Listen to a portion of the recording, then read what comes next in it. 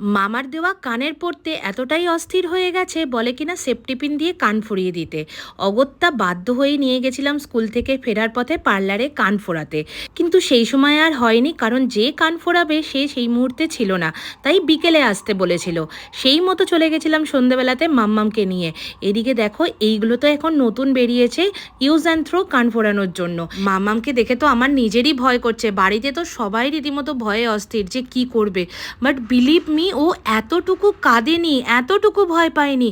তবে হ্যাঁ, চোখ থেকে জল পড়া পড়া অবস্থায় ছিল, বাট কাঁদেনি। যাই হোক, বাড়িতে এসে সবাইকে দেখানোর জন্য ভীষণ এক্সাইটেড ছিল যে ও ফাইনালি কান ফুরিয়েছে। এদিকে মা তো টেনশানে একদম একাকার হয়ে গেছিলো, সেটাই বলছে। আর এইদিকে তার পাপাই আসতে তার পাপাইকে দেখাতে ব্যস্ত হয়ে গেছে যে সে কান ফুরিয়েছে। কার্তিক তো রীতিমতো অবাক হয়ে গেছে যে তুমি একা কি করে পারলে ওকে নিয়ে গিয়ে কান ফোরাতে। যাই হোক, আমার ছোট মামামকে কান ফুরিয়ে কেমন লাগছে সেটা কিন্তু অবশ্যই জানিও।